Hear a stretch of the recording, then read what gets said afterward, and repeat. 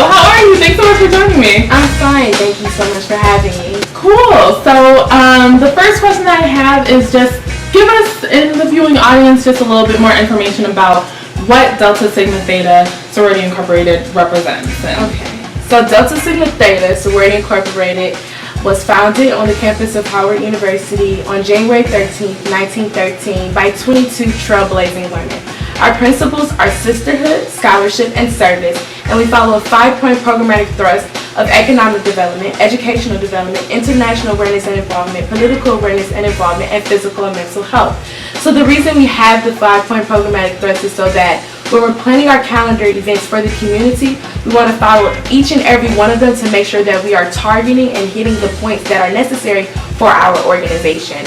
Our colors are crimson and cream, and we throw up the pyramid. I don't really want to throw it up, but we do throw it up. You can if you want. Oh, okay, just hold on. Just gotta make sure it's pristine. But that's what we do.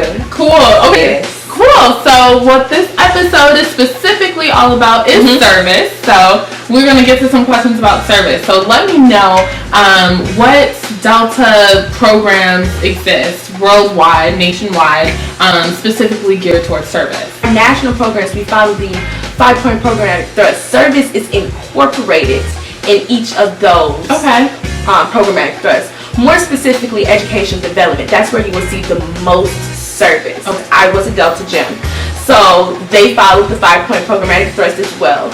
We did educational development, which was scholarships, finding money to go to school, learning more about college, economic development, learning how to spend our money and budget, because as young women we could just not be resourceful, whatever. Right. Just goes to the shopping. Just not doing a good job. Political awareness and involvement. So for instance, the Martin Luther King Day, when that would come up, that was when we would go to Martin Luther King Junior High School in Metro Detroit, and we would participate in the MLK Day March, or just various events. International awareness and involvement, just learning about Delta as a whole in other countries around the world, and just all of that. And then physical and mental health would just be learning about yourself, how to take care of yourself, learning, how to relax and be calm. So all of that was intertwined in Delta Gyms.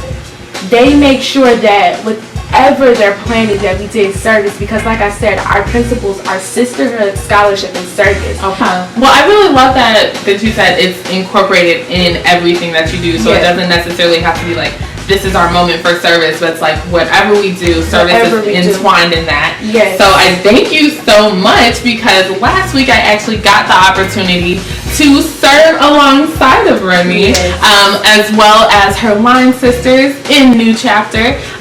So we are going to cut straight to that, where you see us actually serving the community right here at the University of Michigan. So check it out. So I'm here with Aja Martin, and please tell me what your position is in New Chapter. I am the current first vice president. Awesome. Okay, so tell me, what are we doing here today? What's going on? Today is the second day of our Delta weekend. So yesterday we had a bowling party, and today we're doing a little bit of community service, giving back to the community. So we're having a Trunks Up for community service donation drive. Trunks Up was a really cute name for their service project, seeing as the official animal for the sorority is the elephant. So they had their trunks up all day to accept different donations from campus. So I was super duper glad to be able to help out that day. Wait, which one? Like, oh, okay. right? Right? Front. Back. And of course, after a job well done, what left is there to do other than do the electric slide and an impromptu freestyle? Come on. GST-Z5B. Getting donations for the free. Deodorant, soap, washcloth, tissue. Okay. What? We fixing all the issues.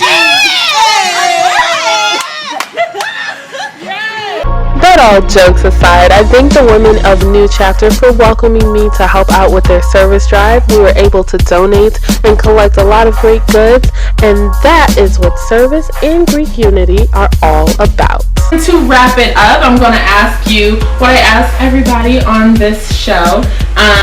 What does Greek unity mean to you, and why is it important?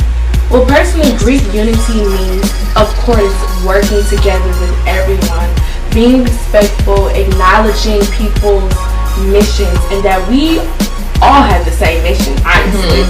Like, if you look at each and every sorority and fraternity service, giving back to the community, that is what we're all built on in some way or another.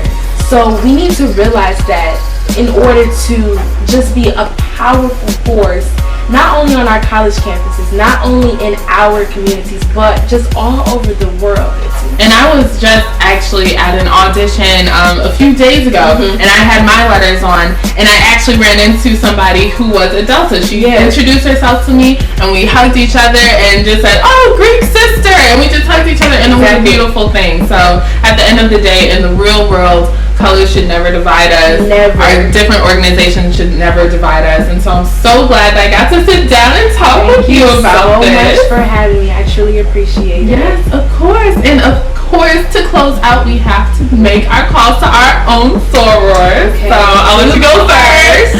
You go first. I think you should go first. You go. Fine. To all my sorors. And to my sorors.